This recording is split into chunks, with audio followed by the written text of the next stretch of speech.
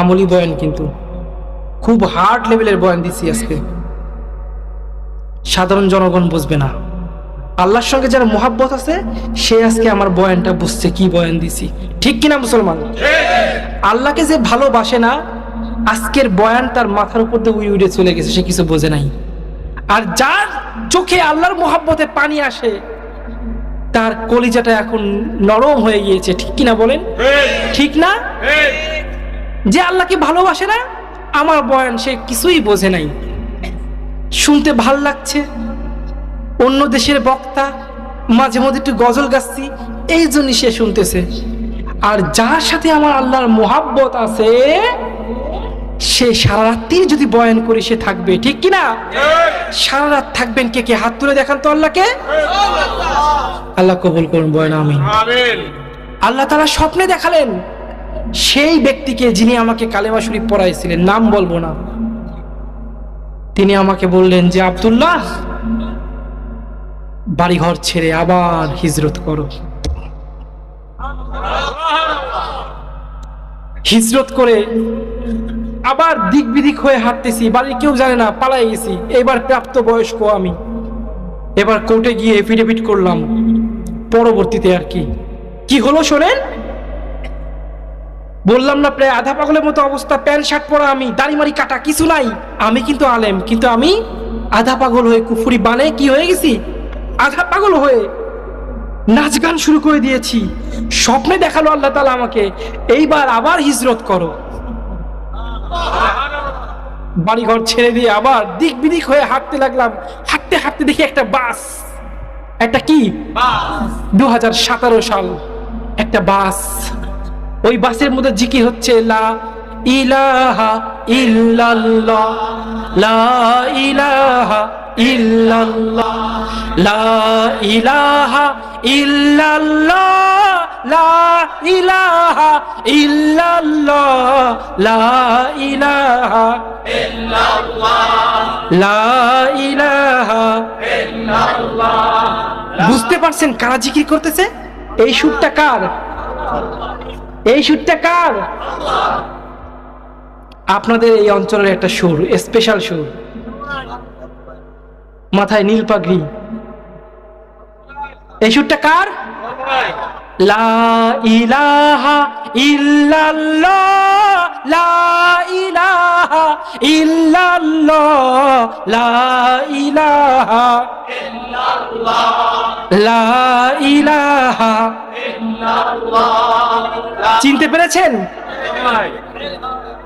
কোন দল? ইসলামী আন্দোলন? আমি তো একটা জানি না বাবা।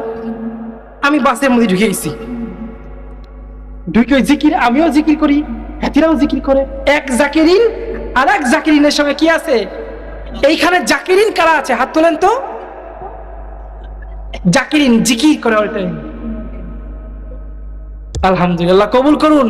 আমিন। চরমনেই যারা মুরিদ তারা তো জিকির অল টাইম করারই কথা, কারণ প্রধান সবক তো এইটা, ঠিক কিনা? সবসময় জিকির, শুধু বাথরুম বাদ দিয়ে। আর আমার তো মাঝে মধ্যে এমন হইতো বাথরুমে বসেও আমার জিব্বা নড়ে, হঠাৎ করে সেন্স ফিরে আসছে, আরে আমি তো বাথরুমে জিব্বাটা কামড়ায় ধরছি, এখন জিকির করা যাবে না, জিব্বা কামড়ায় ধরে রাখি। ওই যে বাজার ঘাটে অনেক সময় কনসার্ট হয় না, আসার পথেও কনসার্ট হচ্ছিল, ওই যে কি বলে ড্রাম, মানে মিউজিক বাজতেছে। এখন কানে আসলে না শুনে উপায় আছে? উপায় আছে নাকি? কান তো বন্ধ করে রাখা যায় না। আমি ওই গানের তালে তালে জিকির করছি, সুবহানাল্লাহ কইবেন না? ওই বিটের সঙ্গে সঙ্গে জিকির করছি। জিকির থেকে কখনো গাফেল আমি হই, একমাত্র জিকিরের কারণে আজ পর্যন্ত ঈমানটাকে ধরে রাখতে পেরেছি, আলহামদুলিল্লাহ বলেন। জিকিরকে আঁকড়ে ধরেন, জিকিরকে আঁকড়ে ধরেন। যখন জিকিরকে আঁকড়ে ধরবেন দেখবেন আপনার বডি, আপনার শরীর দুনিয়াতে আছে, কিন্তু রুহু কোথায়? আরশে আজিমের সামনে। রুহু কোথায়? আরশে আজিমের সামনে। আল্লাহু আকবার। বাসে উঠে বললাম, আপনারা কারা, যাবেন কোথায়? আমরা তো যাবো চরমোনাই। কিসের মোনাই? চরমোনাই। তুমি কিরা বাবা, আমাকে ঢুকতে দিচ্ছে না, প্যান্ট শার্ট পরা তো, শেপ টেপ করা, কে? আমি বললাম আমি হিন্দু ছিলাম, মুসলমান হয়েছি, এই কাহিনী ঘটছে আমার সাথে, তা আমাকে স্বপ্নে বলা হয়েছে হিজরত করো, তাই এই হিজরত করেই দেখি আপনার এই বাস, আমাকে একটু নিয়ে যাবেন। এখন চরমনাই আলা, এদের কিন্তু অন্তর খুব নরম, মোমের মতো, না খেয়ে অন্যরে খাওয়াবে, ঠিক কিনা? আমাকে জামাই আদর করে উঠাইছে, ওইখানে জিকির করতে করতে এসে পৌঁছালাম। কিন্তু আমি তো যেমন তেমন পাবলিক না, আমি তো ওই খানকায় বসে, ওই জায়গায় বসে, ওই খুঁটির নিচে বসে জিকির করা পাবলিক না, আমি তো চড়ায় বেড়ানো পাবলিক, বিশ্ব ভ্রমণ করা পাবলিক। আমি ঘুরে ঘুরে দেখতে লাগলাম 2017 সাল, ঘুরে ঘুরে দেখি একটা জায়গায় সিরিয়াল ধরা, কারোর সঙ্গে হাত মিলানোর জন্য দাঁড়ায় আছে। এটা হচ্ছে স্পেশাল যে কামরা, ওইখানে বিশাল লাইন।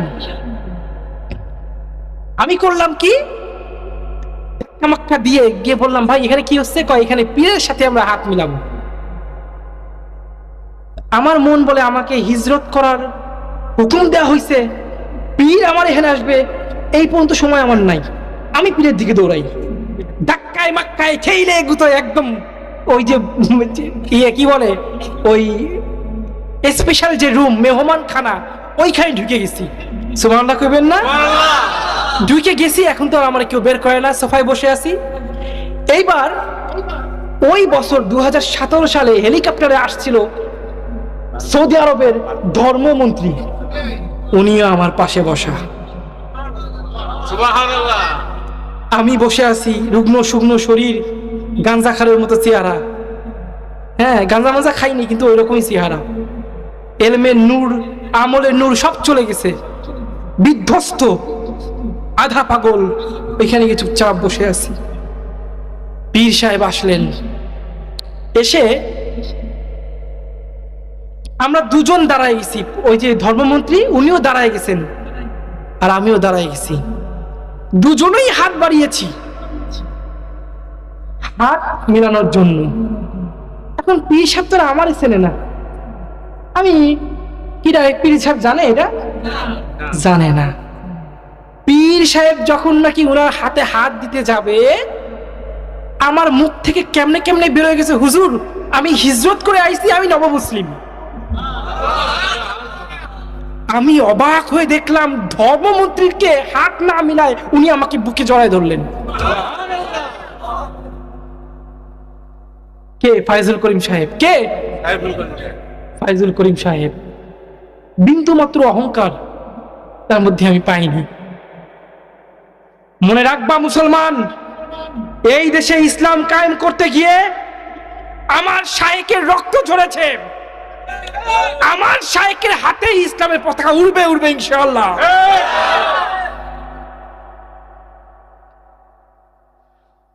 কত বড় মনের মানুষ, এত বড় পর্যায়ে যদি আমি থাকতাম, ওই পোলাকে গণপিটুনি দেওয়াতাম। উনি ক্ষমা করে দিছে।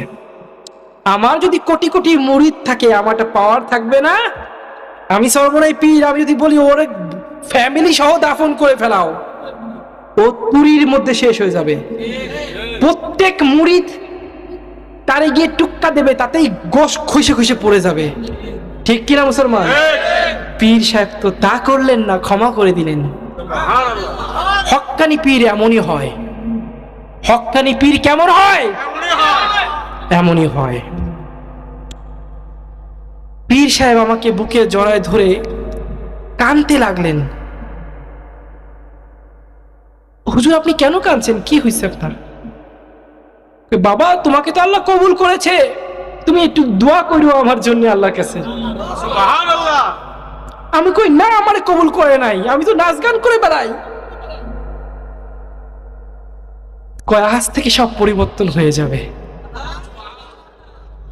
বুকে ধরে চাপ দিলেন, চাপ দিয়ে কপালে চুমু দিলেন, দিয়ে বললেন ময়দানে নামো। আমি বুঝিনি ময়দানে নামবো কি, মানে আমার তওবা আল্লাহর কাছে কবুল হয়ে গেছে, সুবহানাল্লাহ। আমার পাগলামি আল্লাহর কাছে কবুল হয়ে গেছে, আমার ধৈর্য আল্লাহর কাছে কবুল হয়ে গেছে। আমি কি জান্নাতি সেটা আল্লাহই জানে, কিন্তু কবুল হয়েছে, না হলে আমি মুসলমান হয়ে টিকতে পারতাম পীর সাহেব ওইটা বুঝতে পারতো না। তারা তো রুহের জগতের মানুষ, তারা অনেক উপরে থাকে, আপনার আমার আয়ত্তের বাইরে তারা, ঠিক কিনা? এমনি এমনি তার পীর হয় নাই, এমনি এমনি কি পীর হয় মানুষ? আল্লাহু আকবার। আল্লাহ চুমু দিয়ে বললেন, বুকে ধরে বললেন, ময়দানে নামো বাবা, ময়দানে নামো। এই বলে আর কথা বললেন না। ধর্মমন্ত্রী হাতে হ্যান্ডশেক দিয়ে কথা বলতে লাগলেন। আমি কিছুক্ষণ হা করে তাকায় আস্তে আস্তে চলে আসলাম। কি হলো ব্যাপারটা? ময়দানে নামবো মানে আমি ময়দানে নামে আসলাম, মনে করছি আমার মনে চরমনের ময়দানে গিয়ে বসতে বলতেছে, আমি এটা মনে করছি। ও আল্লাহ, ওই দিন রাত্রে স্বপ্ন দেখলাম আমি বিশাল মাহফিল করতেছি, বিশাল বড় মাহফিল, বড় বড় মাহফিল আমি মাহফিল করতেছি। আমি ছোটবেলাও বক্তা ছিলাম, প্রায় 2 বছর আমি মাহফিল করছি। আমি যখন 12-13, আমি যখন মিজানের ছাত্র, তখন শিশু বক্তা হিসেবে মাহফিল করছি। পারতাম না কিছুই, ওই গজল গাইতাম, কিরাত বলতাম, গলার কণ্ঠ ভালো ছিল, তাতেই মানুষ ভিড় জমাইতো, বিশেষ করে মহিলারা। আল্লাহু আকবার, মহিলারা যে আমার কি পছন্দ করছে, সুবহানাল্লাহ। মহিলারা না থাকলে আমি সত্যি মুসলমান মহিলাদের উপর অনেক কৃতজ্ঞ। আল্লাহ তাআলা আমার মা বোনদেরকে জান্নাত নসিব করায় দিন, জোরে বলেন না আমিন। আমাকে সন্তানের মতো তারা লালন পালন করেছে, যেখানে গেছি আদর আপ্যায়ন কোনোটাই কোনো কমতি করে নাই। এই অবস্থায় এখনো বেঁচে আছি, দোয়া রাখবেন আমার জন্য। আল্লাহ তাআলা আমাদের সবাইকে যেন কবুল করেন, আল্লাহকে ভালোবাসার তৌফিক দান করেন।